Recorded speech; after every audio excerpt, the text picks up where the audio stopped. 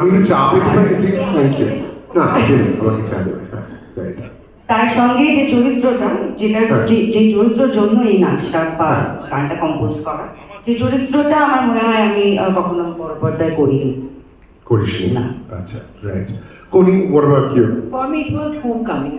আচ্ছা, কারণ আমি কিয়া হওয়ার আগে মুখার্জি তার বউ শুট করেছিলাম রাইট। এবং মানে আই ওয়াজ ওয়েটিং মানে কবে আমাকে নন্দিতাদি এবং শিবুদা ডাকবে আবার। আর চরিত্রটা যখন আমি শুনলাম, আমি শুনিও নি রাতে, আমার মনে হচ্ছে শিবুদা ফোন করেছে, জিজ্ঞেস করবার আগেই বলেছি আমি করবো। আমি এতটাই বিশ্বাস করি এবং ঠিক সেটাই ঘটেছে। আমার চরিত্রটি আমার ভীষণ পছন্দের। এটা কনির মতো আমারও হোম কামিং। অ্যাকচুয়ালি আমরা দুজনেই ওদের সঙ্গে মানে ফিরোজের সঙ্গে আমরা একটা রিয়ালিটি শো করেছিলাম। বড় পর্দায় তোর এটা প্রথম? না, আমার বেশ কয়েকটি করেছি। সত্যিই ঘরে ফেরার মতো। আর আমার তো মনে হয় না, ওরও নিশ্চয়ই সেরকমই অভিজ্ঞতা হবে, যে এতগুলো বছর যে ল্যাপস করে গেছে মাঝখানে, সেটা যখন শুটিং ফ্লোরে গেছি মনে হয়নি এক মুহূর্তের জন্য। তোর শুধু হোমনাপ করেছিস না? আমি করেছি। গান গেয়েছি। আচ্ছা, শুধু হোমনাপ করেছে, তুই বিয়ে করেছে। আমি ওই যেরকম দাদা গান গিয়ে বললো, আমি একটা কথাই বলছি। তুই গান গিয়ে বল না। গান গিয়ে কেন? আমি তোকে বলছি একটা সিম্পল, যেটা হচ্ছে প্রেম হচ্ছে ছেড়ে দাও, মানে ছেড়ে দাও, মানে ছেড়ে দাও, মানে ছেড়ে দাও, ছেড়ে দাও, ছেড়ে দাও। এর বেশি আর প্রেম কি হতে পারে? যাক, অনামিকাদি শুনতে শুনতে মাঝে মাঝে পুজো হয়ে যাচ্ছে, কি বলবে পেরে পাচ্ছেন না। আচ্ছা, আর রনিদা?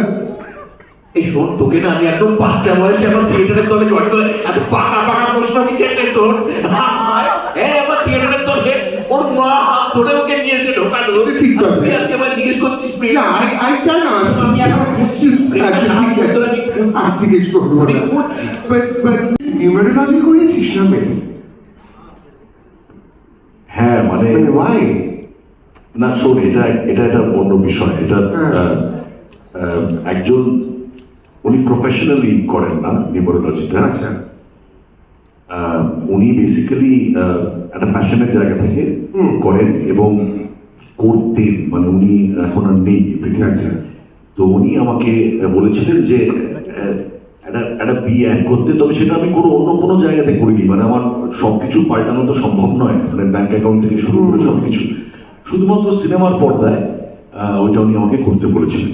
তো সেটা আমি ওনাকে সম্মান। সেই আইডিয়া যত বড় হয়েছি পাল্টে গেছে, ধাক্কা খেয়ে আবার একটু পাল্টে গেছে, আবার ধাক্কা খেয়েছে আবার একটু পাল্টে গেছে, তারপরে কেউ খুব বেশি প্রেম করেছে তখন পাল্টে গেছে। রাইট। সো প্রেমটা একটা ওই ডারউইনের এভলিউশনের মতো, বিবর্তনের মতো।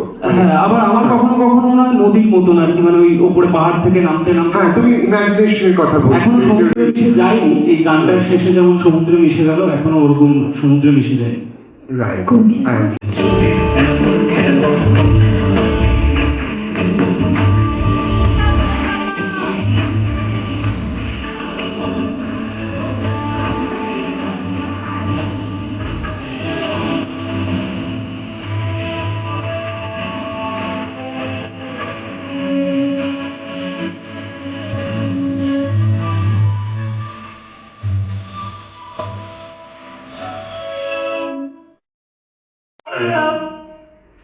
I learned from that. You learned from that. Okay. And how is it working with these two actors who are possibly? It was lovely It was working with lovely. everyone on this Okay. set. I think everyone's a great actor. Right. So for a change, because normally in a movie, there's only one or two, one or two people will not be. Yeah, this is an ensemble But I can casting. say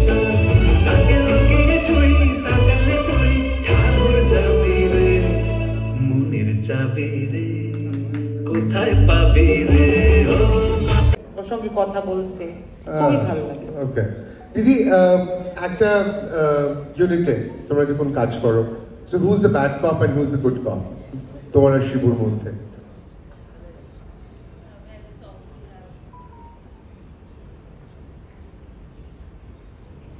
It's obvious I'm the good cop and he's the bad cop. Okay, wonderful. কথাটা আমাকে না বললে নয়, please বল। কারণ 25 বছর ধরে হ্যাঁ। একটা মানুষ সাধনা করে গেছে, তিনি এরপর সেই যে আজকাল আমাকে কেন উইন্ডোজ থেকে একটা পাত দেয় না, একটা পাত তো দিতে পারে।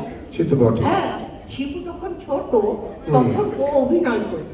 হ্যাঁ। brilliant. Yeah, I mean, because if you're working like I mean, even Shamurti, it's her first Yeah, film, yeah. and I think she's really held her own amongst everyone. So absolutely. I think everyone has done a great job. And also when you're working with somebody like Shohini Sengupta, who's I was actually scared because of her.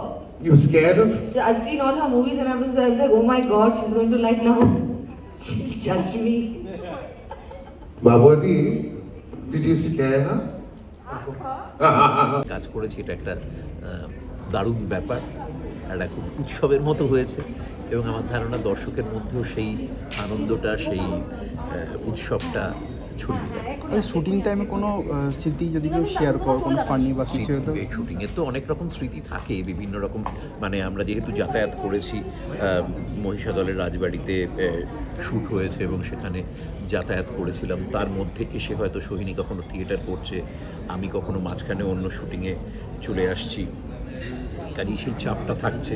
কিন্তু এত well design ছিল ওদের pre production, এত ভালো, শিবপ্রসাদ এবং নন্দিতাদির এত চমৎকারভাবে গোটা ইউনিটটা তৈরি, ওদের দীর্ঘদিন ধরে ওদের 25 নম্বর ছবি, কাজে সেটা ওদের কাছে একটা দারুণ ব্যাপার।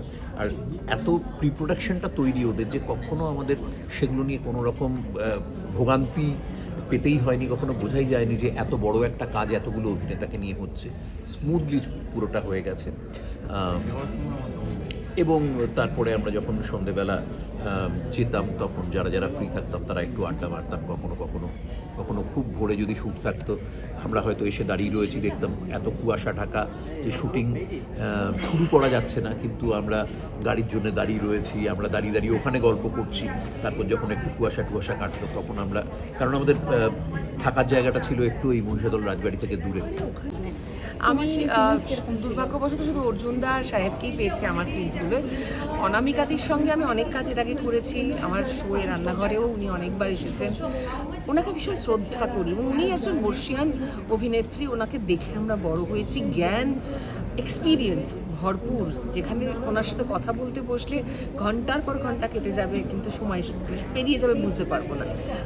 আমার ভীষণই ভালো লেগেছে পুরো কাস্ট অ্যান্ড ক্রুয়ের সাথে থাকতে পেরে এবং উইন্ডোজের সঙ্গে থাকতে পেরে, সব থেকে বড় কথা। ছবি মানুষের কতটা ভালো লাগে এবং মানুষ কতটা ভালোবাসা দেন সেটা তো আমরা আগেও দেখেছি, এবং এই ছবিটা স্পেশাল কারণ এটা উইন্ডোজের 25তম বছর এবং 25তম ছবি। তো সিলভার জুবলি আমরা তো কখনো দেখিনি, আমাদের জেনারেশন সিলভার জুবলি কখনো দেখেনি, বাট এটা একটা kind of silver jubilee celebration. শিবুদার সাথে কাজ করা, দিদির সাথে কাজ করা একটা বড় অনার, এবং সব থেকে বড় আমার মনে হয় এই ছবিটা সব থেকে বড় ইউএসপি হচ্ছে যে এন্টায়ার কাস্টটা এতদিন পর অর্জুন আঙ্কেল কাজ করলেন, সোহিনী দি, রনিদা, এভরিবডি, এত ছড়ানো, এত রকমের মানুষ একসাথে জড়ো হয়ে আমরা তো পিকনিকের মতন করে কাটিয়েছি। ছবিটা নিয়ে বলতে গেলে এটা আমার প্রথম ছবি, তো প্রথম কোনো কিছু ভীষণ স্পেশাল হয়। উইন্ডোজের সাথে, দাদা দিদির সাথে কাজ করার একটা অন্যরকম অভিজ্ঞতা। আর মার্ডার মিস্ট্রি, তো অনেক মানে রহস্য আছে, রোম্যান্স আছে, প্রচুর কিছু আছে, সপরিবারে দেখার মতো একটা ছবি। সবাইকে এটাই বলবো, হলে এসে সপরিবারে ছবিটা দেখুন। 29 মে রিলিজ করছে। আরেকটা প্রশ্ন রয়েছে, একটু ড্রেসের রহস্যটা বলো। গতকাল ইদিকাকেও একই ড্রেসে দেখা গেছে। ও আচ্ছা, আমি সরি, মানে আমি দেখিনি। আমি জাস্ট একটা ব্র্যান্ড থেকে জামাটা কিনেছি, আমার পছন্দ হয়েছে। ওয়েস্টার্ন একটা আউটফিট আমি পরতে চেয়েছিলাম, সো আমি দেখিনি। হ্যাঁ, মানে একই ড্রেস তো হতেই পারে, মানে এরকম তো নয় যে আমার জন্য একটা জিনিসই বানানো হবে বা আমার নিজের কোনো কোম্পানি নিয়ে যে একটা পিসই বানানো হবে, হতে পারে। ওকে, এবার সব একটু বলো। আজকে ফাইনালি ট্রেলার লঞ্চ এবং দেখতে পেলাম একটা ধামাকা কিছু হতে চলেছে। তোমার কেমন লাগলো ট্রেলারটা দেখে? আমার ট্রেলার তো অসাধারণ লাগলো। ইনফ্যাক্ট আমিও প্রথম দেখলাম, ডাবিংয়ের সময় একটু দেখেছিলাম, কিন্তু ট্রেলারটা খুবই দারুণ অ্যান্ড খুবই ইন্ট্রিগিং। আমার মনে হচ্ছে এই ট্রেলার থেকে সবাই আসবে ছবিটা দেখতে on the 29th of May। এবং অনেকদিন পর তোমাকে একটা এরকম চরিত্র দেখা গেল। অনেকদিন পর অ্যাকচুয়ালি আমি একটা বাংলা সিনেমা, বোধহয় এটা আমার 2-3 ইয়ার্স পরে আমার একটা বাংলা সিনেমা রিলিজ করছে ইন 2026। এটা আমার ফার্স্ট রিলিজ হবে, তো আমি খুবই এক্সাইটেড। আর শিবু নন্দিতা আফটার 25 ইয়ার্স আমাকে, মানে আমার কথা ভেবেছে, তো আশা করি চরিত্রটাও খুব ভালো। এবং একটু কি হিন্টস দেওয়া যায় যে কে মার্ডারটা করলো? এডওয়ার্ড, বিড়ালটা।